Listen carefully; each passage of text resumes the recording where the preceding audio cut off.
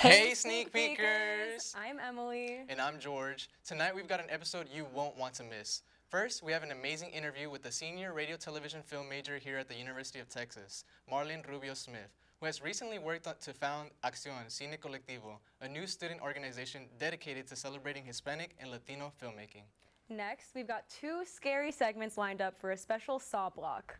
That's right. For our first Saw segment, Hunter had the chance to sit down for a conversation with the producers of the new movie Saw X after its surprise premiere at Fantastic Fest. After that, Anna is here to give us a full review of the film. Next, we've got something a little more whimsical in store as Samia, Zoe, Brandon, Gavin, and Mason talk about the new collection of short films created by Wes Anderson on Netflix. And speaking of Netflix, we'll round out the night with a panel of Melody, Carol, Gavin, Shez, and Reagan as they discuss the series finale of the Netflix original series, Sex Education. Stick around, you won't want to miss it.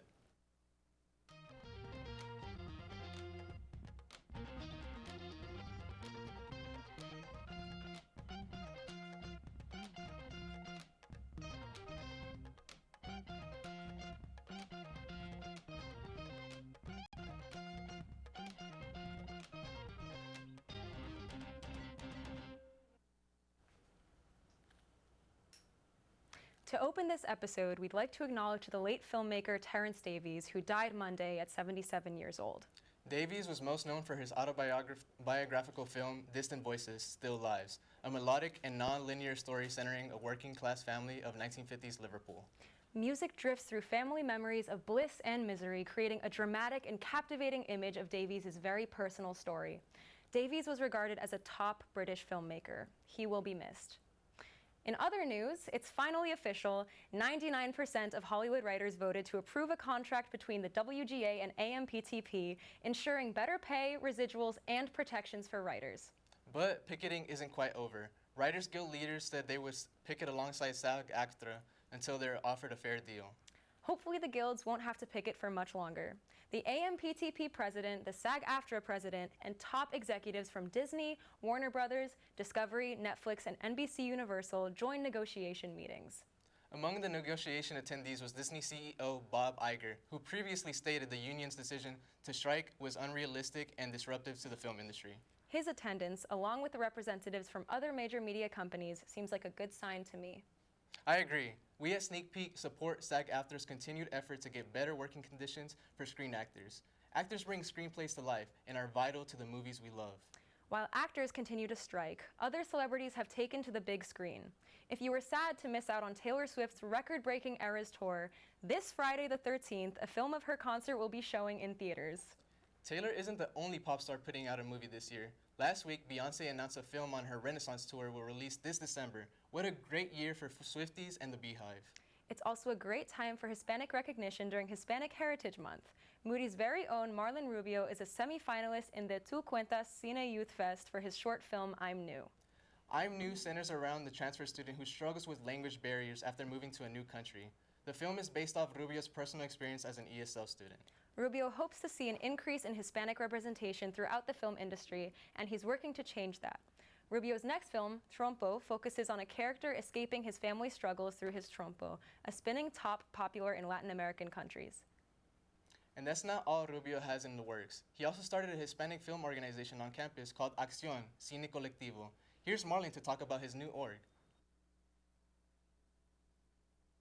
My name is Marlon Rubio Smith, and my student organization is called Acción Cine Colectivo. Acción Cine Colectivo is a student organization that aims to celebrate and highlight Hispanic and Latino film while also providing opportunities to our community within UT in terms of media and specifically film. I was born and raised in Mexico City, and I think that has influenced literally everything in my life. It's just my background defines, the person that I am, and it really defined the creation of this organization because of just how proud I feel about my heritage, and the fact that I noticed that on multiple film sets that I'm on, there have been instances where I'm the only Hispanic/Latino crew member there, and that saddens me.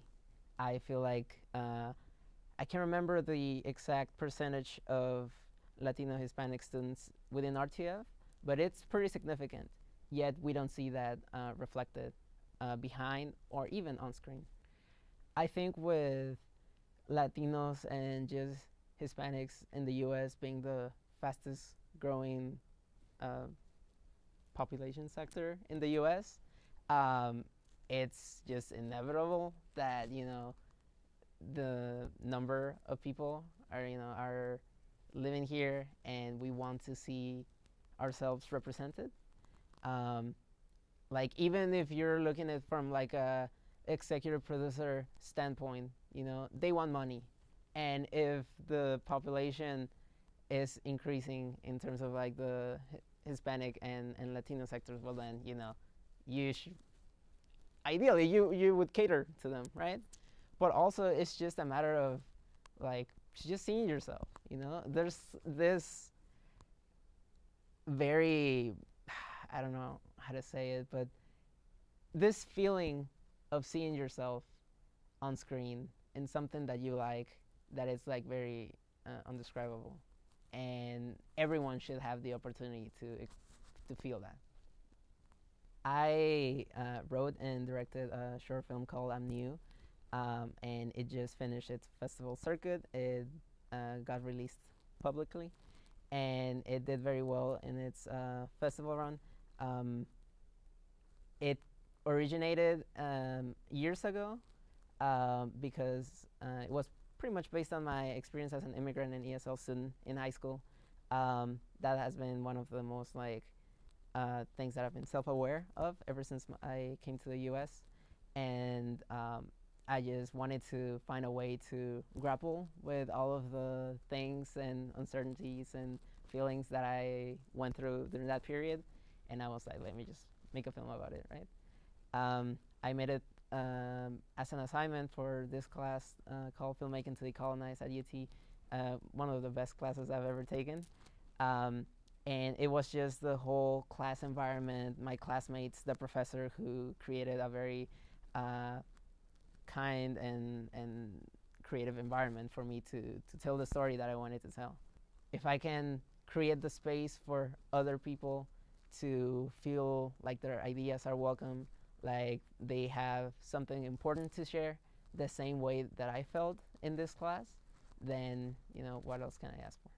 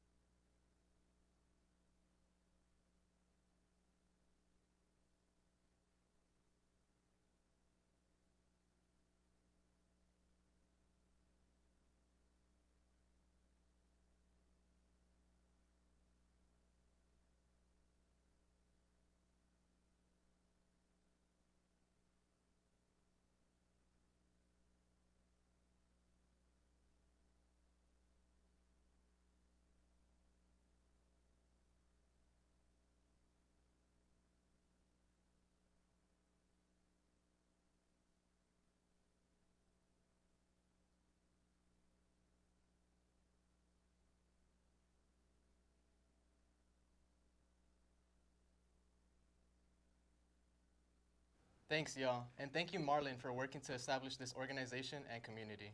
Be on the lookout for more information about Acción Cine Colectivo in the near future, and follow the Instagram at Texas Acción for future updates about how to get involved.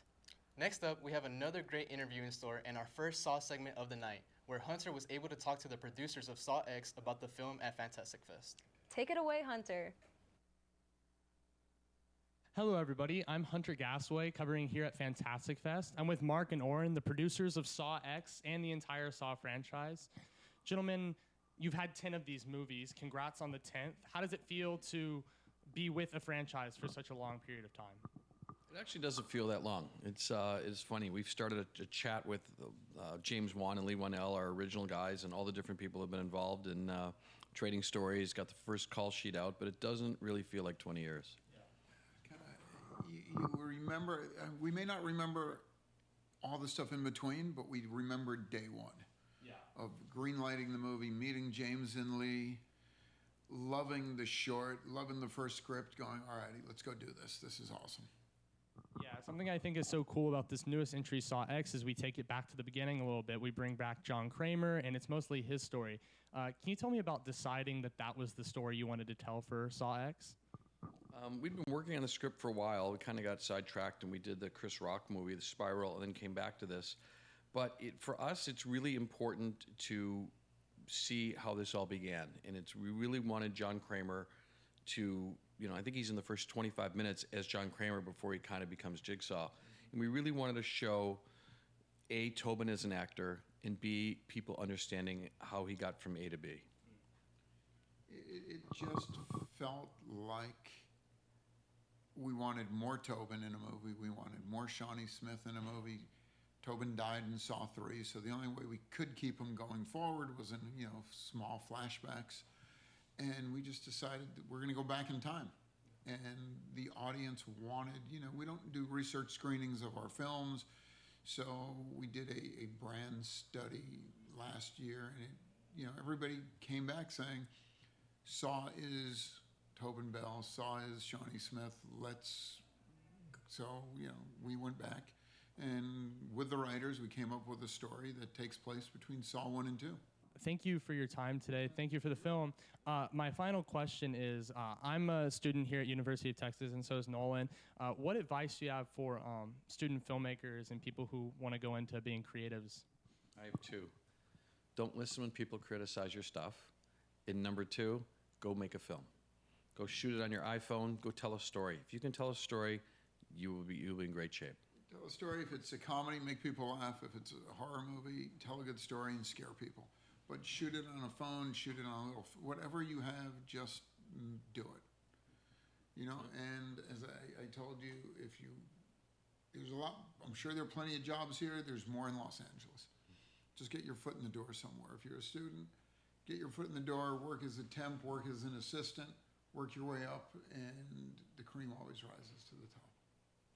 Well, thank you so much. I appreciate it. Thanks for your time. Thanks, Hunter. Absolutely. Thank you. Awesome. Hey, George, I want to play a game. What are you talking about? We're in the middle of hosting. The microphone on your collar is attached to a wireless receiver that broadcasts your every word on live television. You have 3.5 minutes to deliver a review on Saw X, or something bad will happen. Make your choice.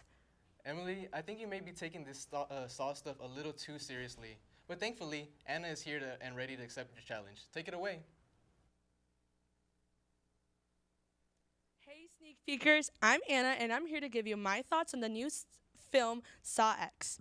Saw X is the 10th installment of the Saw franchise of a horror series about the fictional serial killer John Kramer, also known as Jigsaw, a terminally ill cancer patient who kidnaps and tortures victims who have been accused in some way of not appreciating their lives. In each film of the franchise, victims are forced to play games created by Kramer and his disciples, where they must attempt to survive gauntlets of extreme physical pain and self-mutilation. Although many have often written off the Saw movies due to their gratuitous violence and gore, Saw X surprisingly delivers a fresh take on this series by framing its story around the unlikely protagonist, Jigsaw himself.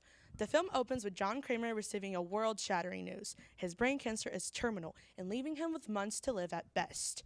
But after hearing about an experimental procedure that could potentially cure him, Kramer travels to Mexico, where he is treated by Dr. Cecilia Peterson, the daughter of the cure's developers. However, upon learning that the treatment was a scam, he vows to seek revenge against the perpetrators in typical Jigsaw fashion.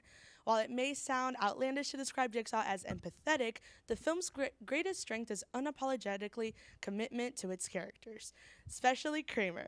Unlike other films in the franchise, Saw X takes its time by laying the foundation of the narrative, opting to save a majority of the gore for the second half of the film, instead of focusing on John's emotional journey as he deals with the looming reality of his death.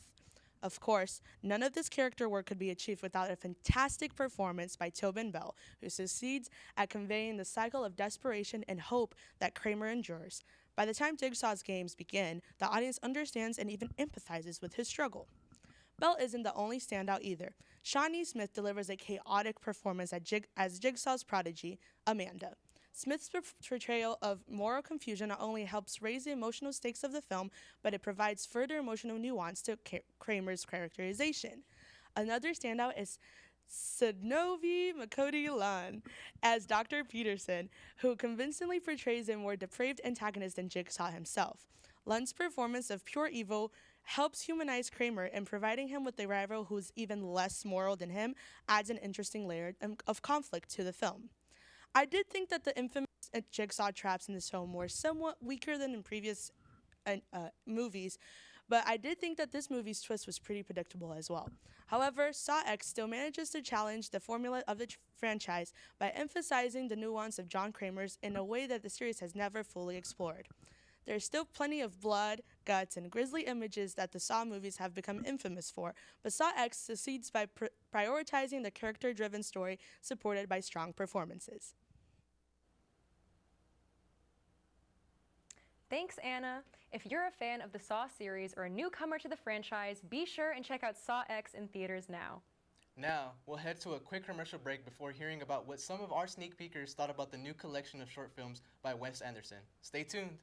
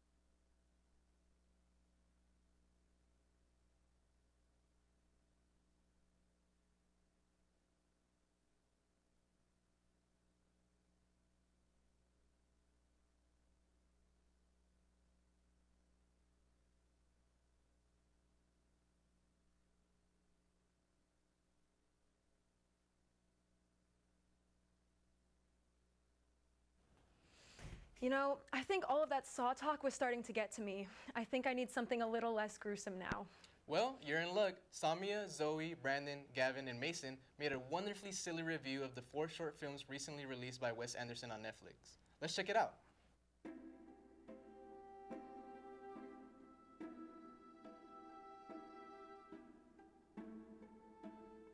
Hello, sneak peekers.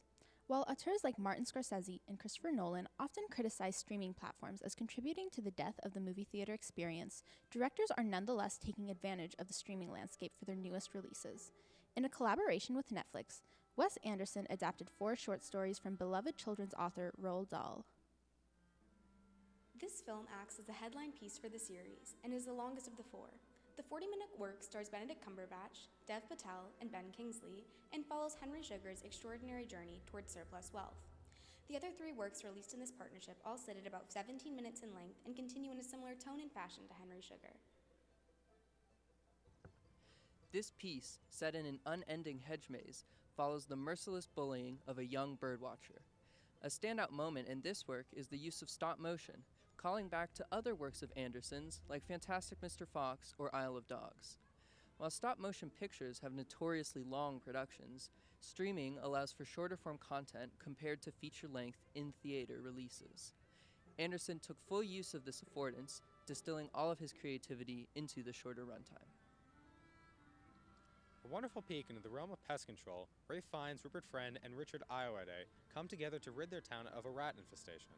This work also benefits from the use of stop motion. In addition to supporting this unique format, Netflix's customized suggestion algorithm also benefits Anderson's distinct style. Narrowcasting to reach Anderson's existing audience, the streaming platform model allows for Anderson's indie work to thrive outside of theaters' pressure for blockbuster-style releases. Benedict Cumberbatch returns for another performance as he balances on the precipice of being bitten by a deadly snake. Stunning performances from Dev Patel and Ben Kingsley round out this work and breathe life into such a simple story. Even though Anderson is already known for his A-list casts, the carryover of so many stars in these adaptations speaks to the benefit of small productions, as fewer days on set accommodate the busy schedules of such big names. While live theatrical releases are still an integral part of the cinematic experience, it's refreshing to see an established director like Wes Anderson explore the advantages of streaming platforms' more flexible runtimes, support of niche indie content, and incorporation of major stars. Tell us what you think about the 4 short stories at Sneak Peek TSTV. Until next time. Thanks, y'all. All 4 of Anderson's shorts are currently available to stream on Netflix, so check them out and let us know your thoughts on them. For our last segment tonight, Melody, Carol, Gavin, Shez, and Reagan are here with a panel about the finale of another Netflix original, Sex Education. Hey Sneak Peekers, I'm Melody, and here we have Carol, Gavin, and Reagan. And in September, we saw that the last season of Sex Education Season 4 was released. And so we decided to do a little pyramid ranking the characters. But before we get into that, can y'all give me a high and low of Season 4? Okay, I'll start. For me, a high was probably Adam's storyline. I really liked his development, especially when you take into consideration the rest of the show. A low for me, I don't know if this is a popular opinion or not, I didn't like Jean's sister storyline at all. No, I totally agree. Okay, yeah. Cool. What's on me? Well, I felt like for a high, I feel like Sex Education did not lose its style at all, and it still looks really good, even though it's changed itself a little bit. Mm-hmm. Although for a low, I was really disappointed for how they portrayed Otis and Eric's friendship in this season. I felt like they sort of messed up everything that was so good about the two of them in the first place. Yeah, it definitely took a backseat this season, which is disappointing for a finale. Reagan? I think it's like a lot more modern. I'm only on like the 2nd episode of this new season, but like already like at the start, like the whole new high school is kind of reminding me of like today's society, and I think that like reflects pretty well with what they got going on in the show. Oh, yeah. Yeah. And my high is also Adam and Michael and the whole Groff family. I thought was done so well, and it's a little sad because that was completely separate from the rest of the plot. Yeah. And then my low is all of O's character. We can get into that right now. So, where do we want to put our 12th character? Should we start up with F tier first, or should we? F tier? Okay, that works. We'll have to put 5 of them in F tier. So, rapid fire, who do we want to put in there? My first vote, O. Obviously. Yeah. Okay, I agree thought that 100%. she was a very antagonistic character. They did not paint and her in a for good what? light. I did not understand why. Yeah. Season not- 4 in general just has a problem with having way too many characters and not having the time to flesh them Yeah. out like they did with the entire rest of the cast in season 1, 2, and 3. Okay. Next pick? Sorry, can I just get Isaac on the F tier? Yeah, go ahead. He deserves to be down there. Yeah. I understand the hold on, let me make sure. Here, you can put it. Like, I feel like they wrote him well and his development was good, but at the same time, I don't care. I'll never forgive him for what he did. Nothing they can write for him will make me forgive him. He's a very hateable character. Yeah. Exactly. I think, unfortunately, I want to put Cal there too. Yeah. Just because Yeah. they never really got the development that other characters did, and their storyline in this season was a little confusing to me. Mm-hmm. Especially Any in other the new season. picks? I feel like we could leave the F tier and we can like move up to the pyramid. Whoever is out, we can figure it out. All right, let's see. We should probably talk about the characters who did not return, who are Ola, Lily. Oh. I did like Lily a lot, so I want her to be like slightly higher. She was a nice break between like the tension of the show. Perhaps maybe here. That makes sense. Okay. What are y'all feeling? Yeah. Yeah. I agree. I agree. I didn't really care for her, to be honest. Yeah, but her she was... personality kind of like annoyed me. Oh, really? Yeah, I mean, maybe that's why like the two are so well together. Yeah, 'Cause I I don't also care for didn't her. like her as well. I don't like her. Okay, So I think they should be on like the very bottom. Right? Do we want to Not the very bottom. Like Ola in and the. F? Well, Okay, it's an opinion, but you can put it in. Personally, I wasn't a fan of her. I would. I put her wasn't a down fan there. of her. I did like Yeah. Lily though. I think we're gonna go Ola F. She didn't Okay. return, Okay. Her and and Otis we was don't just- have a good. I would also maybe put Viv in F. I Yeah. don't care Really? for her that much. And she takes up a lot of screen time that could have gone to other Other people. characters, especially in this last season. She was also kind of introduced late in the game in season 3. Right. Yeah. Yeah. All right. So moving on to our top 11-ish. Okay. Who do we want to Okay. put in spot number 12? I'm down to put Jackson. I'm also down to put Jackson. He was Yeah. really well developed in the first few seasons, but this last season he didn't do much. Right. I also don't remember him in season 3. at all. Yeah. So Yeah. Okay. not that very makes good sense. for him. But he was a Forgettable. sweetheart. I did love him in the early seasons at least. Okay, who's next? This I vote Otis. That's a agree hot with that, take, honestly. but I yeah. unfortunately agree. He was great in season 1 and 2. He is a very He's gone flawed downhill. character, but Yeah. they didn't. He had flaws in season 4, and he just got away with it every single Yeah. time. I think Exactly. he used to be just like slightly flawed, but like at the same time like it was just more relatable. But I feel like especially in season 3 and 4, he was just like it was a lot more like you wanted to hate him more than like Yeah, you could like exactly. somewhat I relate to agree. him. I agree. So Okay. Who else? Ooh, this is getting hard. I think with the first, at least with the Yeah. first few episodes of season 4 and with parts of season 3, I think Jean should be Jean. next. You're right. Okay. I don't think The they've movements are really ever very- properly explored Jean's character. Okay. Yeah. So I think that's a solid pick. Okay. Moving up to the next. I love Eric, but I vote Eric because of that one storyline in season 3. I don't know if you guys Oh my- remember when he went to this trip and he just like cheated on. Yeah. Adam. I They thought that was completely super messed ignored up. that. I love Eric, but Yeah. I agree with that. Yeah. That pains me because he was my favorite character in season Oh, it 1. hurts to see him there. And he's very I still funny. love him. I feel like we're in a pretty safe territory. I love all of the Also, characters. What Yeah. they do with him in season 4 is interesting. Yeah. So- It's a decision, definitely. I think Probably him as a girl. Yeah. Michael, He no. did have he had a redemption arc. I know that's but like the he best still thing did about some pretty him. messed up things. In season 1 and 2, yeah. Yeah. I mean, he's gotten better, but Okay. still, like, I think he should be in like that. I guess third level. compared I to wouldn't- these To the other 4, people, it's hard to put him any Mm. higher. So I'm down to put Ruby next. Okay, me Yeah. too. yeah, Me too. I love Ruby, but yeah. She was also a character that kind of got a little bit of redemption arc, but I think her redemption was actually one of the best parts of the show because like Yeah, at a lot first of these characters, yeah. well everyone like gets their own redemption arc, but her specifically like she went Yeah. from just like a stereotypical mean girl to like being someone I actually really care for. They created her character really. The only complaint that I have with Ruby's storyline is it kind of like just went over whatever she was with all the bullying and especially with Maeve in the first season. Yeah. And she never apologizes. Yeah. They never interact ever. Yeah. Which was I really wanted that kind of interaction, but still, okay. Last three characters. I think Amy next. Amy? Yeah. Amy. Okay. I would vote Amy. I mean, Run, she's grown a but- lot since like Yeah. everything that happened on like the bus and everything. Yeah. But I feel like that is my favorite sex education storyline. Oh, yeah. Yeah. Ever. So. but I think these could be rated higher. So I think Yeah. Amy should be Okay. next. Okay. Okay. If we're talking Personally. season 4, though, Amy also kind of carries the season. Yeah. I don't know what. She goes right there. Yeah.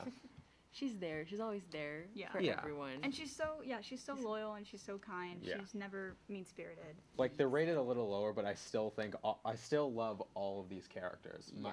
I love everyone here. Yeah.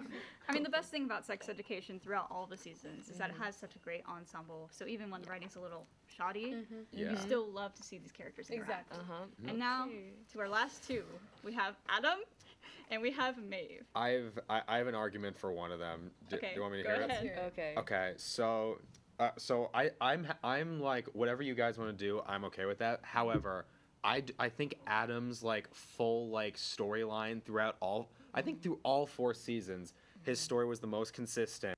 And like overall, because in like first few episodes of season 1, I didn't like him and was angry at him.